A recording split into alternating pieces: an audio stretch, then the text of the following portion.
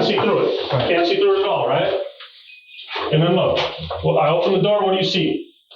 You see a whole lot more, right? Because the door's open. It don't matter how much tint's on this door. No, I get what you're saying. It don't matter, because the door's open. Now watch this. This is how she's laying in the seat. Just like this. I'm just sitting on her back. So what are they seeing? What exactly are they seeing? Because I'm doing this. I'm like, girl, you need to calm down and just stop for a minute. So what can they be possibly seeing? They seeing hands going up and down? That's it. No, it be like a They're seeing a person that is in dire need for medical attention. Yes, that's what they're seeing. Don't forget to like, share, and subscribe. I don't care how fine a woman is, how long you've been in a relationship with him. At some point, the nature in the man is going to require some new box. Okay? Newer premium box. All right? This just is what it is. All right? This is why I always say monogamy is an illusion and all relationships are time sensitive. I'm not here to argue that fact. In this case right here, this man 52 years old, been married forever, but he made the mistake of getting into a long-term relationship with a young side chick. And that's where your demise is, man. Don't forget to like, share, and subscribe. Check out this video. I'm going to come back at the end, and I'm going to kick it with you. We had messed around before. Did you ever tell your wife about you guys?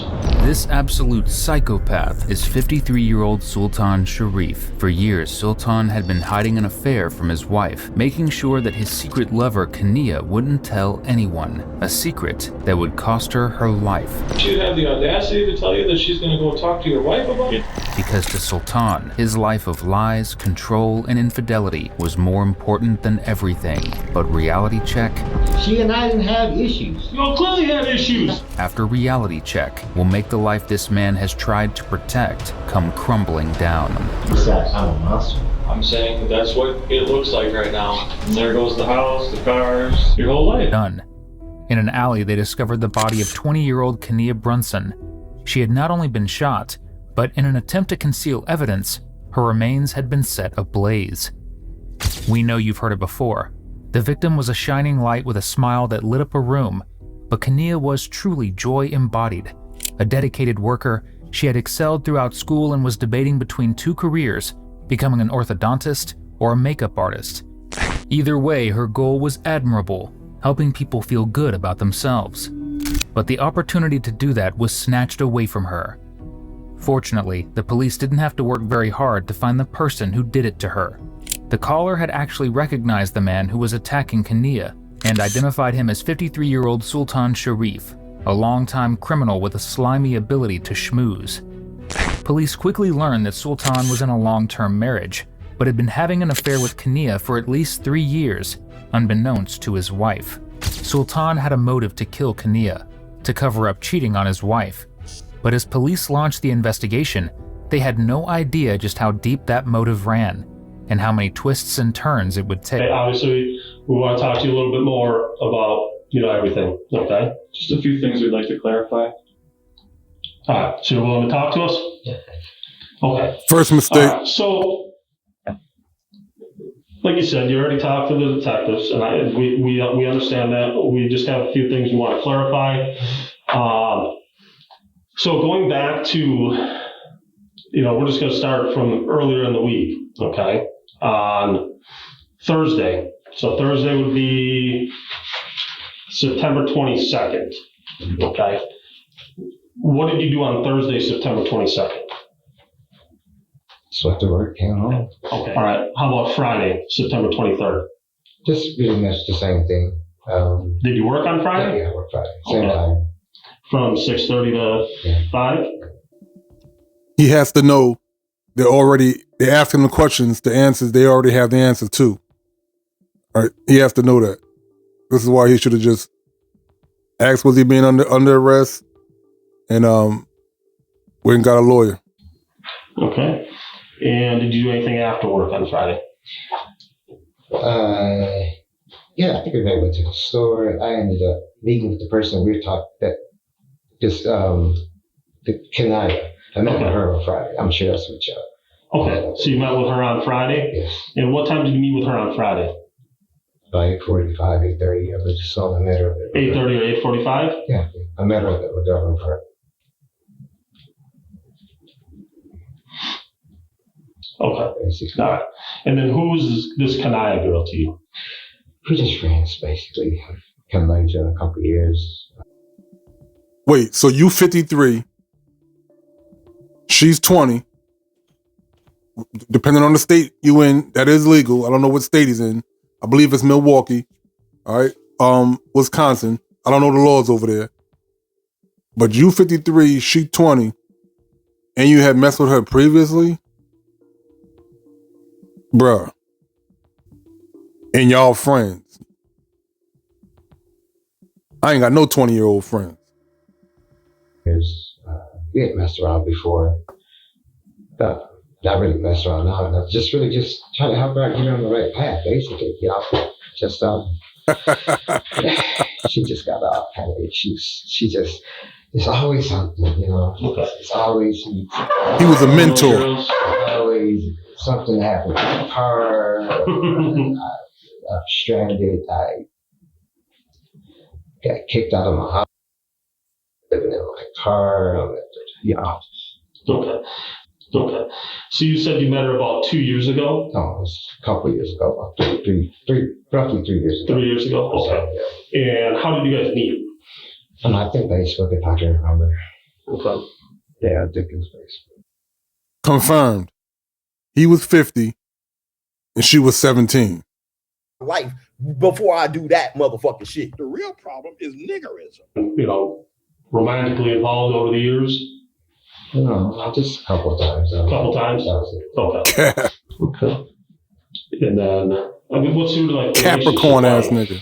Outside Like kind of like what I just said. She just wants, you know, she's a younger girl, so she just wants to just things, you know, just things. They just that's gas money, you know, just basically things. Okay. It's we were cool. You know, it was a time when me and my wife were kind of Stop. not seeing eye to eye or whatever. Sure. And that's kind of how it kind of transpired with she and I. She started talking, you know, just some companionship just for a little while. You know what I'm saying? Just Sure. fun, maybe. I don't know, whatever you want to call it. Something different? Perhaps. Okay. That part right there. All right. So explain you guys' relationship a little bit more, just so we have an understanding. We understand. Oh, they already got that. Like 3 years ago or so. Again, she just is always have this thing, so I'm always trying to help her help her get a job. She's supposed to start today.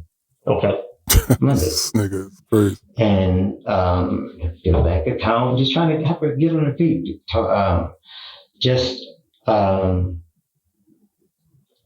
Give her money to get her a place. Just last week. Okay. You know, so it's just trying to help her. She's, you know, she's got potential. She's a smart, bright kid. You know, and you know, I liked her. You know what I'm saying? Yeah. Now, everything that has come out of Sultan's mouth is about as reliable as the words coming out of a politician's. So here's the real story. Sultan and Kania met when Kania was still in high school. In the beginning, he offered her a business mentorship of sorts, using her aspirations to reel her in. He promised her connections, experience, and money to help her achieve her dreams. By the time Kania realized the relationship was shifting into something else entirely, overshadowed by Sultan's need for control, she was in too deep. He using some classic, that's some music industry type. What kind of connections you got that you gonna help her? Like, now that right there is the definition of predatory. That's predatory nature right there. And everybody, man and women, and even children, have a predatory nature. That's a fact. But that right there, 17, but he couldn't say he was really dealing with her like that, because on one hand, he said it was 3 years ago. And if you count back, she was 17. But like I said, I don't know the state. It was only a year or so after that she came to realize that Sultan's intentions weren't pure, and that, in fact, he had a wife at home. But as you're about to see, Sultan is a master when it comes to telling stories, bad ones. But he manages to come up with them pretty quickly regardless. Yes. Okay. And then she kind of shows you where this house is or whatever? Okay. You guys pull up in the front or the back? Park right in front? Okay. And then what happens? She gets out of the car. And I don't know if she's making a phone call, but I can see her. I'm just looking. I think I was going to stay in the car. I didn't know. But then she says, I need you to come in with me. I said, okay. So I don't know if he came to the door or if she pushed it open. I don't know. I just know that she went inside. Again, I don't know how. I don't know if she pushed the door or whatever, but then she, come on. You can come. I'm like, all right. So we got inside and went downstairs and go get her clothes. Okay. So this idiot went with this 20-year-old young woman to another man's house to pick up her clothes. Think about that. A married man going with his young side chick to another man's house to retrieve her clothes. I mean, this dude is, I don't even know what to say. He could have walked into straight ambush. He could have walked into a straight ambush. And I'm not trying to cut him no slack. He's an idiot. He's a slime ball. I'm not cutting him no slack. But I'm speaking to married men right now. Right? Married men dealing with another woman. Women are never single.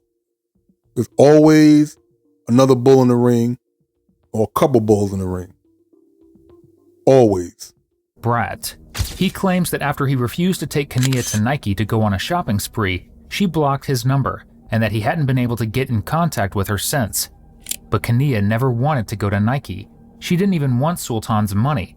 The day of her murder, she was trying to break things off with Sultan and end their relationship for good. She felt guilty when she discovered that he had a wife and had been speaking with friends about how she couldn't go on anymore, being part of something so damaging to someone. Sultan, on the other hand, wanted to keep his side piece, well, on the side. And he's about to face every cheater's worst nightmare, being asked to go through his phone. Don't forget to like, share, and subscribe. So we brought your phone in. Do you mind opening it up and showing us the calls and messages that you had with Kanai? I think I only got just the stuff that and then we're talking about the thing because of course I had my whole wife to see it and my phone is dead. Please on the charger real quick, just Okay, so you deleted the messages in the call log between you and my wife had saw the message before, so I didn't want to. the wife views your phone every once in a while, keeps tabs on you.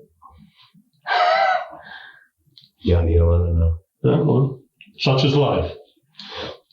But yeah, that's Okay. Okay. So, what about the tire shop or the car shop? it's like What's that? we said what about what now? I said, what about the tire car shop on Saturday? But I'm sorry, what you mean? Well, okay. Did you go to a car dealership, or not a dealership, like a car mechanic place that fixes on cars or anything on Saturday? She's supposed to get her car fixed on Saturday. Well, we talked about it. That's what she got mad about. Instead of me giving her, well, she wanted to go shopping. Mm-hmm. I wanted to get her car fixed. I said, I think that's more important because I don't want you to be calling me and get stranded in the middle of the night. She didn't want to do that. That's not what she wanted to do. Okay. So you guys didn't ever go to a car mechanic or car shop or anything like that? Mm. No. Okay. The tire shop, Dave's, is something that Sultan has conveniently left out of his story regarding what he did on Saturday. Dave's was just feet away from where the caller reported seeing Sultan and Kania fighting, and where she was killed. By not mentioning going to Dave's at all, Sultan is trying to distance himself from the scene of the crime. Just be honest about what's going on here. That is correct. And who you were at Dave's with. Just be honest. I was asking that guy to see if he can fix it. Who's that guy? One of the guys, some mechanic that was over there, young guy was working on the car, if he could fix a radiator. Okay. And I never wanted a radiator fixed. So I kept, girl, you need to get your radiator fixed. This is what you need to get done, whatever. She still wanted to get she was still more concerned about getting her clothes and getting where she had to go, to get her clothes, basically. And then, did Kania show up? I don't know if she was showing right away, but she was I think she had parked her car behind me or something. I kept trying to get her car fixed, and she stormed. Okay. And that's when I met her down on Locust. Because she was more concerned about getting her goddamn clothes than doing anything else. You weren't at Dave's at 9 o'clock in the morning. It had to be like, I left the house early. It had to be like 9, 8:30. Because it had to be. Because we made it over to the house around that time. So what happened at Dave's? That's right. What happened at Dave's? I'm sorry, what you mean what happened at Dave's? What happened at Dave's? You just gotta be real, man. No. I know it's eating you up. I can tell you ain't a bad dude. No, we Kanaya came back up there and we got into it. Okay. Tell us about that. Huh? Yeah, she got to screaming and talking crazy. Know what happened between you and Kanaya? Nothing. We was always still cool. There was nothing wrong with us. We always say good. Well, it was over eventually. Well, then what was the case? So why would you do it? Why would I do what? You keep asking me why did I do it. Why did I do what? You know what you did, Sultan. I didn't do anything. I cared about her too, man. I did. I cared about her, dude. Like, I really cared about her. She had a place in my heart, bro.